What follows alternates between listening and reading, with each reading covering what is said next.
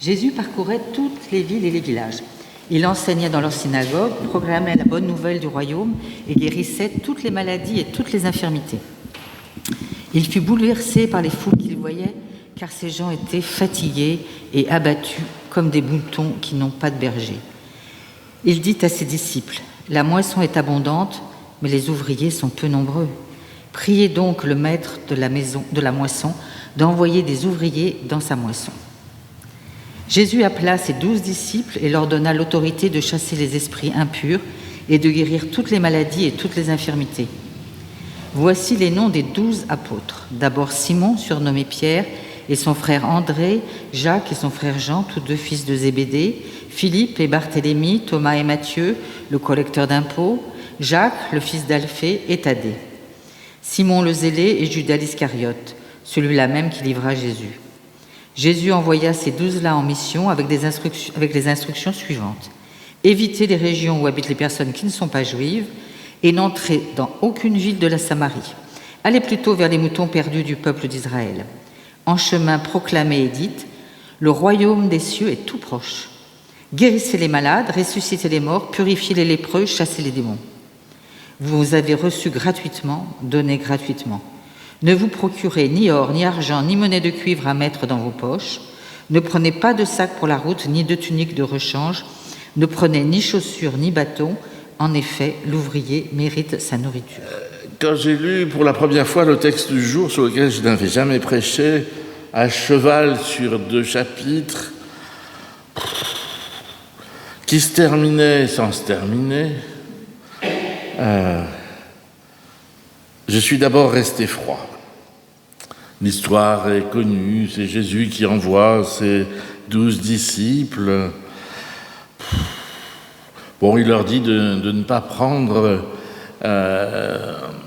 de matelas, d'argent, de nourriture, de vêtements de rechange. Lui s'en occupera. L'histoire est connue. Je me suis demandé qu'est-ce que je pourrais faire. Et puis, en fait, j'ai fait comme nous faisons dans les groupes bibliques.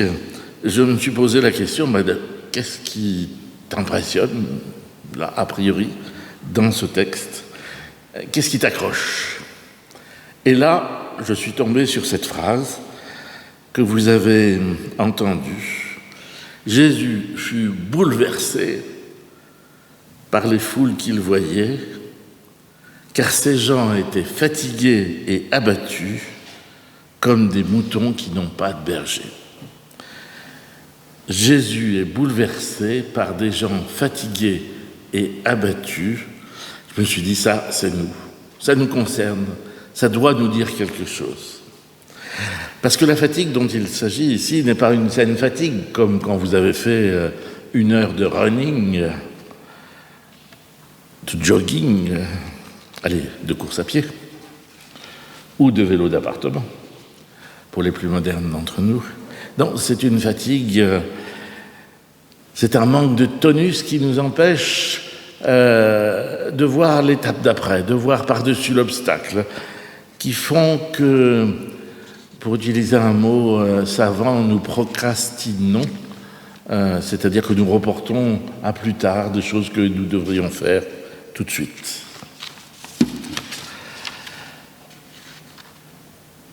Les gens qui sont ainsi fatigués manquent d'espérance, manquent de joie.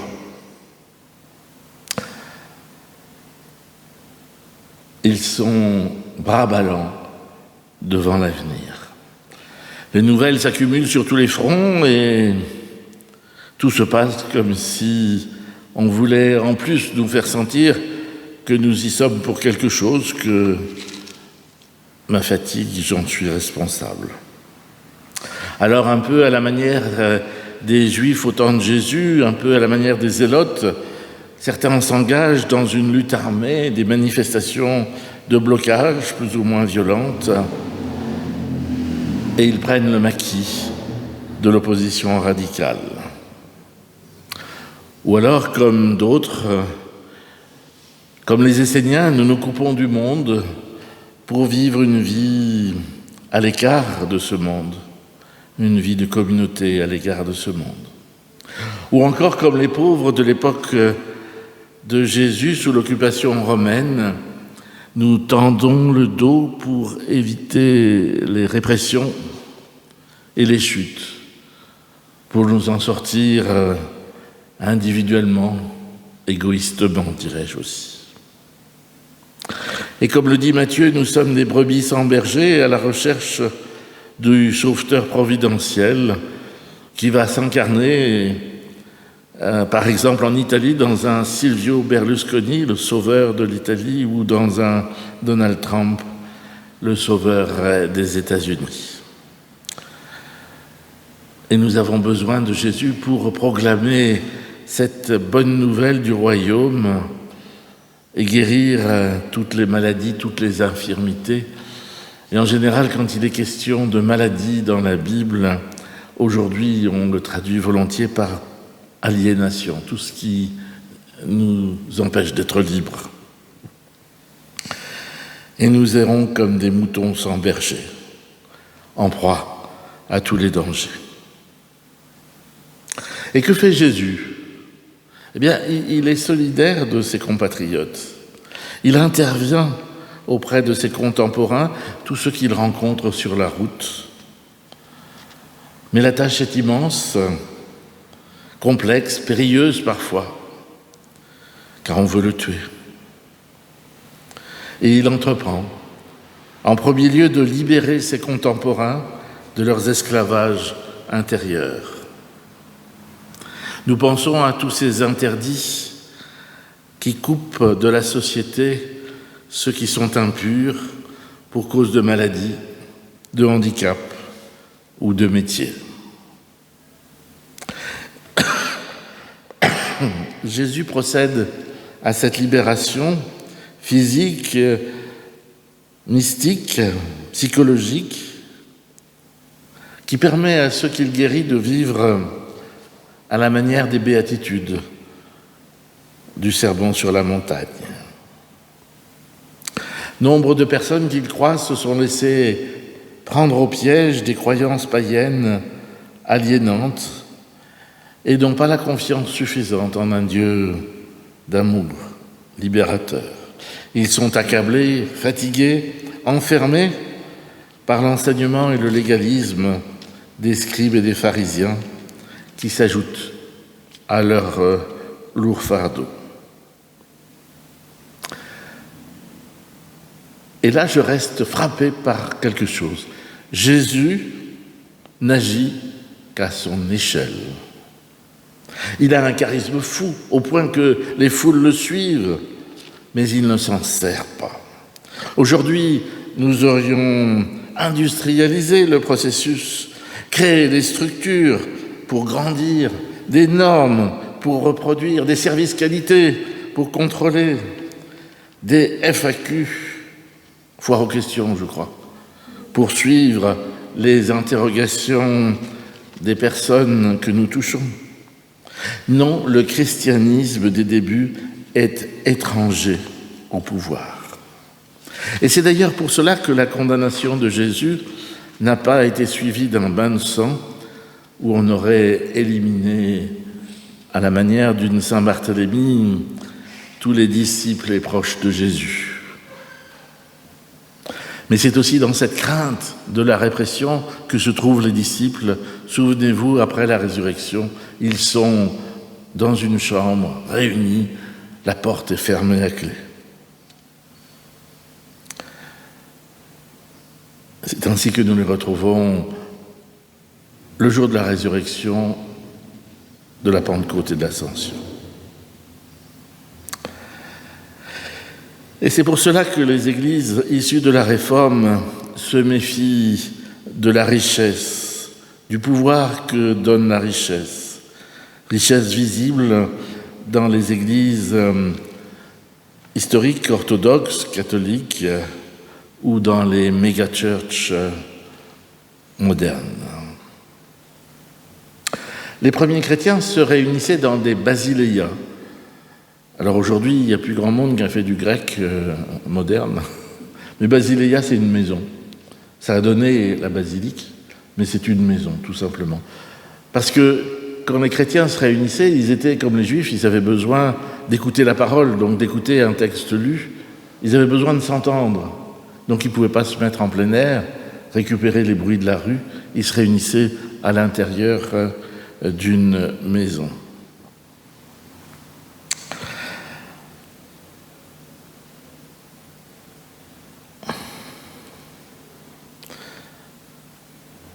Aujourd'hui, comme il y a 2000 ans pour Jésus, la richesse est associée au pouvoir de l'argent.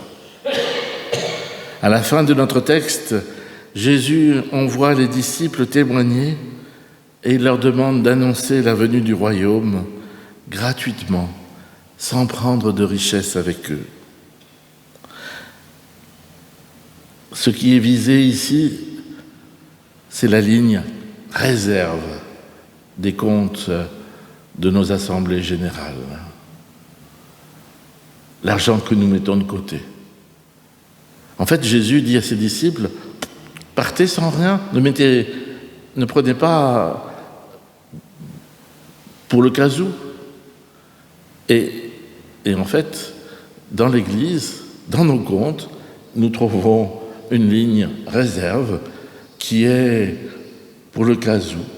Pour le cas où, pendant 6 mois, les paroissiens s'arrêteraient de donner de l'argent, par exemple, pour le cas où.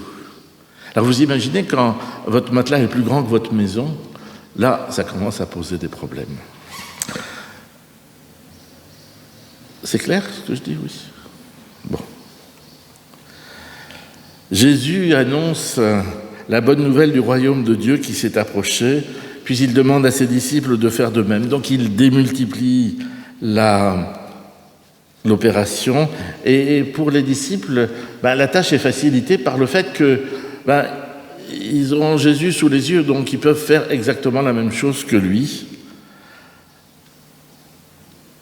Mais 2000 ans plus tard, notre mission est la même, mais il s'est passé 2000 ans d'expérience, il s'est passé 2000 ans d'accumulation de façons de faire au cours des temps.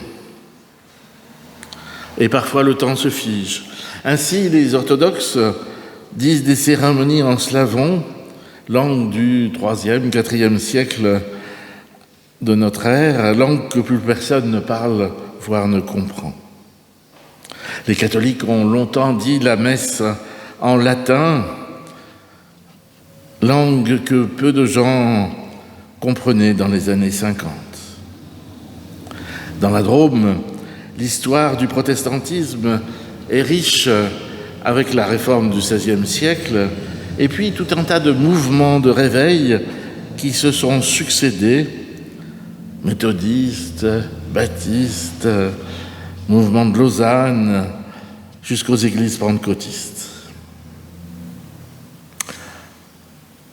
On n'avance pas. Que faire pour nous? Quelle voie suivre?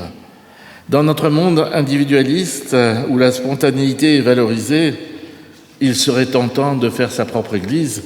Et j'ai une collègue pasteur qui l'a fait à côté. Il y a eu une tendance dans le protestantisme réformé à la pratique du culte à la maison, sans fréquenter l'église, sans fréquenter le temple, le lieu de la vie où la communauté est réunie. Pouvons-nous nous passer de la vie communautaire?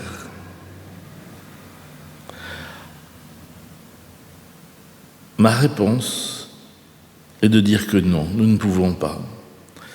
La richesse des échanges lors des groupes bibliques, lors des journées de formation, lors des cultes ou lors des échanges que nous avons avant le culte et après le culte, lors des repas que nous partageons après le culte,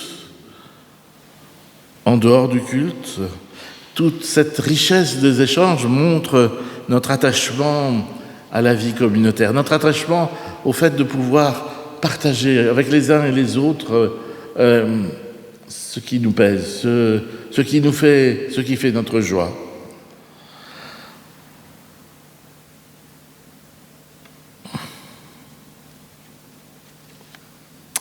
Quand nous sommes à distance de l'Église, ce besoin d'échange ressurgit lorsque nous sommes fragilisés, notamment par la mort qui frappe à notre porte. Alors nous allons au temple, et en fait, les familles qui font cela s'associent à une forme de légalisme digne des scribes et des pharisiens critiqués par Jésus. L'ancêtre est passé par le temple. Et en fait, nous faisons comme si la réforme ne nous avait pas touchés. Souvenons-nous que la réforme s'énonce avec 4 principes qui sont 4 seulement et qui sont en fait une façon de se dépouiller de préjugés, de formules préexistantes. Un de ces seulement est l'écriture seule. La Bible, dans sa traduction la plus fidèle au texte hébreu et grec, est la seule norme, le seul guide de la foi. La lecture de la Bible transforme notre vie et nous libère, elle nous guide parfois. Elle nous demande des choses simples: témoigner, enseigner, annoncer, libérer, guérir. Du coup, notre témoignage se rétrécit. Aujourd'hui, dans le meilleur des cas, nous osons dire que le dimanche matin, nous allons au culte ou à la messe plutôt qu'au running.